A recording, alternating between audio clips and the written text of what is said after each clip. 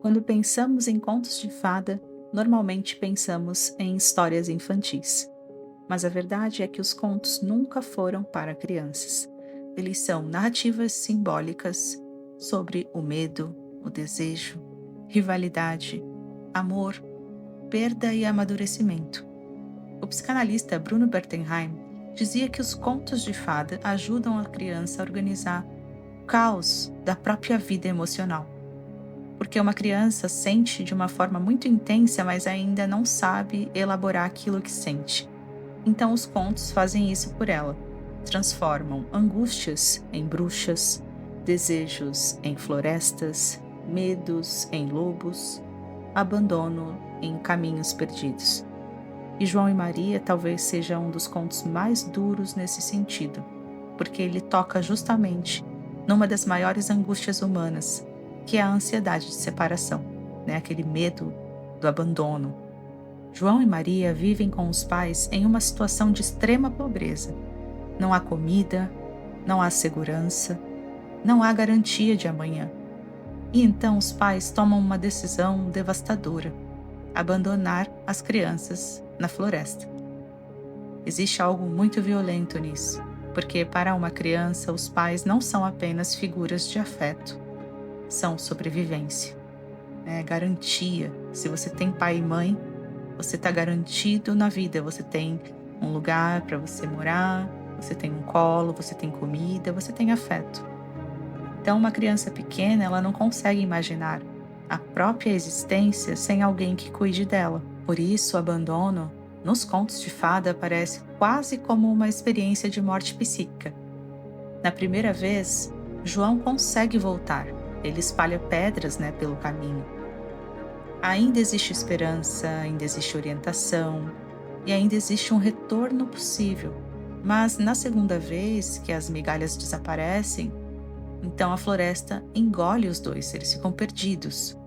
Na psicanálise, a floresta frequentemente aparece como um símbolo do inconsciente, o lugar do desconhecido, do medo, dos impulsos, daquilo que ainda não pode ser compreendido de uma forma racional. Entrar na floresta é entrar num território interno.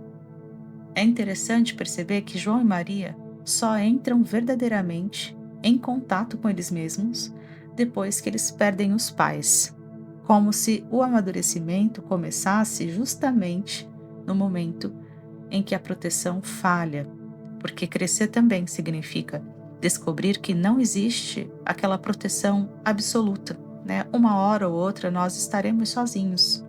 E então surge a casa de doces, talvez uma das imagens mais simbólicas dos contos de fada. A fome encontra o excesso, né? O excesso, a compulsão, porque eles podem comer de uma forma infinita aquela casa de doces. A privação encontra a promessa de satisfação total. Tudo ali parece acolhedor, doce, seguro, mas quase sempre aquilo que promete satisfação absoluta cobra alguma coisa em troca. A bruxa alimenta, acolhe, protege, só que depois ela aprisiona. E isso é profundamente importante, porque João e Maria não encontram uma figura monstruosa logo de cara. Eles encontram primeiro uma maternidade falsa, uma figura que seduz, acolhe e depois devora. Nos contos de fada, a figura materna frequentemente aparece dividida. A mãe é boa, a madrasta é má, a fada, a bruxa, como se a criança ainda não conseguisse integrar que o mesmo amor que acolhe também pode frustrar. O próprio texto que lemos sobre a psicanálise dos contos de fada fala isso. A mãe pode se transformar na fantasia infantil, numa madrasta cruel, quando frustra ou pune a criança. Isso me lembra também Melanie Klein, né? Porque ela fala do seio bom, seio mau, que o bebê já internaliza isso, né? De uma forma muito arcaica, muito primitiva, quando ele chora que ele precisa ser amamentado, né? Ser nutrido, acolhido, e de repente não vem esse seio para acolher, para nutrir, para resolver a sua fome, digamos assim, o seu colo, a companhia. Para ele a mãe é seio mau, mas quando a mãe vem é seio bom, né? Então já tem essa divisão desde muito cedo. E isso não significa que a criança odeie literalmente a mãe. Significa apenas que a infância vive os afetos de uma forma extrema. Ou a mãe é totalmente boa, ou ela é totalmente má. Ainda não tem uma capacidade de integração, porque a ambivalência não foi elaborada. Quando Maria empurra a bruxa para dentro do forno, alguma coisa importante acontece simbolicamente. A criança deixa de ser apenas uma vítima, ela reage. E isso é essencial, porque os contos de fada não oferecem apenas medo, né? Eles oferecem uma elaboração. O que você faz, né? O que você vai fazer em relação a isso, a esse perigo, a esse medo?